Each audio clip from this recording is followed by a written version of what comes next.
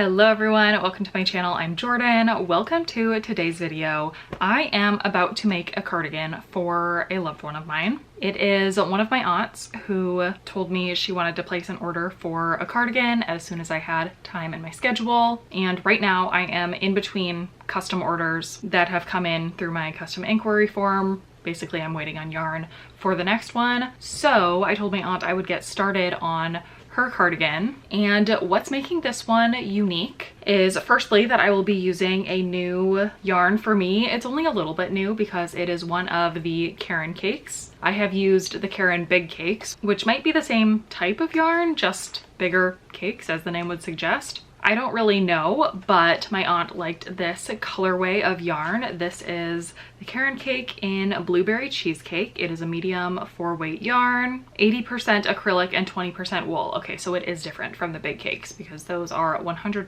acrylic. And it is in this really cool striped blue colorway, which I think is going to look great in a cardigan. But on top of that, I am going to try making this a granny stitch cardigan without being a hexagon cardigan. And that is because my aunt came over to try on a couple of the cardigans that I have on hand so that we could talk through like the size and fit and everything like that. And she wanted a cardigan that like the front panels would close around her body better, but with thinner sleeves. And if I were to try to do that with a typical hexagon cardigan, there's really not a way for me to like expand the overall width of the bottom part of the cardigan without also extending the width of the sleeves. I could add more rows on the back, like at the connection point between the two sleeves, but that would not help the front close better. So I think the way to go is just to make a cardigan using the granny stitch so that the stitch pattern looks similar, but do it in a more traditional cardigan construction and not do the hexagon pattern. So as usual, we are gonna wing it. If you saw my recent scrappy cardigan vlog, it's actually going to use a very similar kind of pattern or construction method to that one, where I'm gonna make a back panel, 2 front panels, and then 2 sleeves. It's just going to look a little bit different because it's not going to be cropped, and of course it's just going to be using 1 strand of yarn at a time. And then that one I made using straight double crochets for the bulk of the cardigan, and this one I will be using the granny stitch. So it's going to be a little bit of an experiment, but I have faith that it will work out. And I'm going to bring you along for the process, tell you how it's going at each step, and if this works out as I'm thinking it will. I also need to make a cardigan similar to this for my grandma, who had similar thoughts when she tried on one of my cardigans. So I think this style will work better for her as well. Just so you know, quick update, I am planning to film a scrappy cardigan tutorial. My hope is within the next month or so. I did go ahead and pick up some white yarn to do a white version of it, and that's what I will use to film the tutorial. So thank you to everyone who commented on that vlog telling me you would be interested in a tutorial, because I am more than happy to make another one and film that. And then I also do think I want to film a tutorial on my granny hexagon cardigan sort of pattern that I have developed, because I've mentioned in a few vlogs that I first learned how to make those using a couple of different tutorials and patterns, and I've kind of melded them together and also just developed my own preferences and way of doing things that I think would be worth putting into one video and one tutorial, because the way that I do granny hexagon cardigans is now pretty standard. I do them the exact same way every time. So if you're looking for that look exactly, this video could be a resource. And then we'll see if this cardigan also turns out, then why not make a tutorial for that as well. So hopefully you guys will have all of the resources very soon to replicate a lot of the cardigans that I've been making on this channel. Since I'm not following specific patterns that I can like link you to, it is the least I can do to film my process and share that via a tutorial that is free for anyone to consume and use to make their own. So, okay, that is enough yapping. Time to get to crocheting. I'll be back when I have my first update, probably once I have finished the full back panel of the cardigan.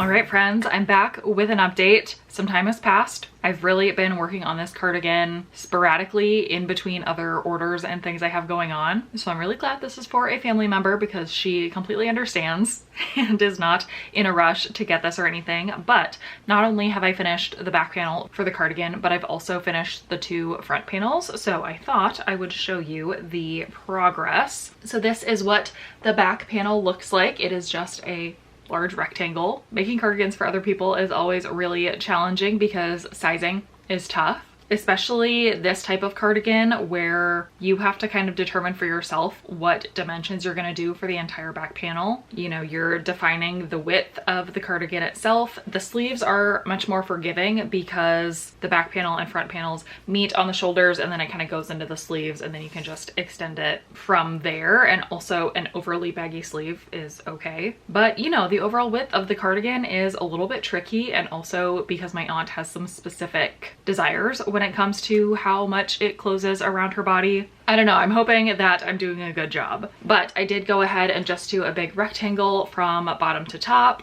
in that granny stitch like I talked about, and with this particular cake of yarn it resulted in these really pretty stripes. Again, hoping my aunt likes it, but she did pick out the yarn, so I know that she will at least enjoy the colors. And then what I did for the front panels is I made them the exact same way from bottom to top in stripes in the granny stitch. But what I ended up having to do is basically take my cakes of yarn and then pull out a single color at a time and cut it in half so that my stripes on the front panels are approximately the same or similar width to the back panel. If I just went with the cakes as they are, I would have ended up with way thicker stripes here on the front panels because the amount of yarn it takes to change colors within the cakes is not changing, but the size of these rectangles is different. So it did take some manual intervention to basically get the stripes to do what I wanted them to do. But I am very happy with the outcome. I think these front panels look great. I think the back panel looks great. And now my next step is to connect them up the top on the shoulders. So I'll be doing that, and then I can try it on myself and kind of figure out how wide I want the sleeves to be.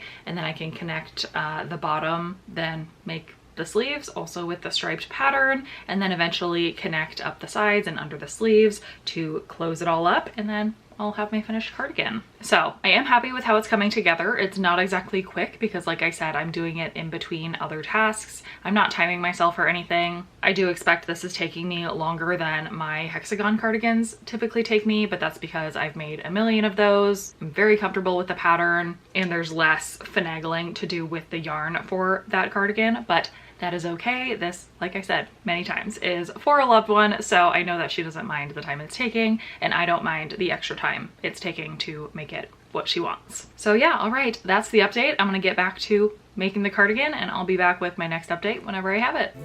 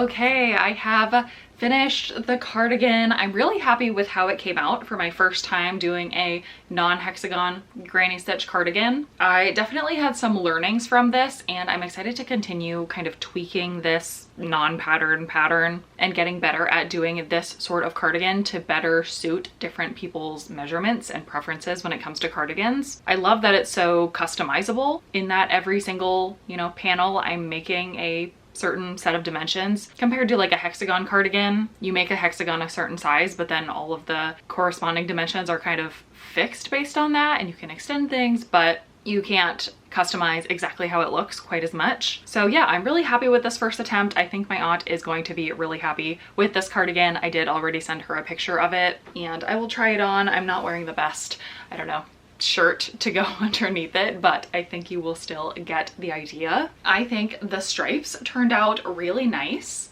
I'm really glad I took the extra time to basically split the stripe colors across the front of the cardigan so that they match each other. I do think that looks really good, and then the whole back looks good as well with the stripes. And then for the front kind of border, I just did, how many rows did I do? I think like 5 rows of single crochets. And again, I kind of intentionally played with the striping of the yarn to get different stripe colors here for the border. Let me tilt you down a little bit. So yeah, I'm really happy with it. I think it looks nice. I would be more than happy to do this in another solid color or set of striped colors or whatever for someone who wanted it. Let me know how you like the look of this cardigan. If, you know, these horizontal stripes are more your vibe than what comes out of the hexagon cardigans, because those are definitely a different looking type of stripe. So let me know if you happen to prefer this type of horizontal stripes, as well as whether you would prefer like a fully customizable cardigan where you get to choose every single measurement,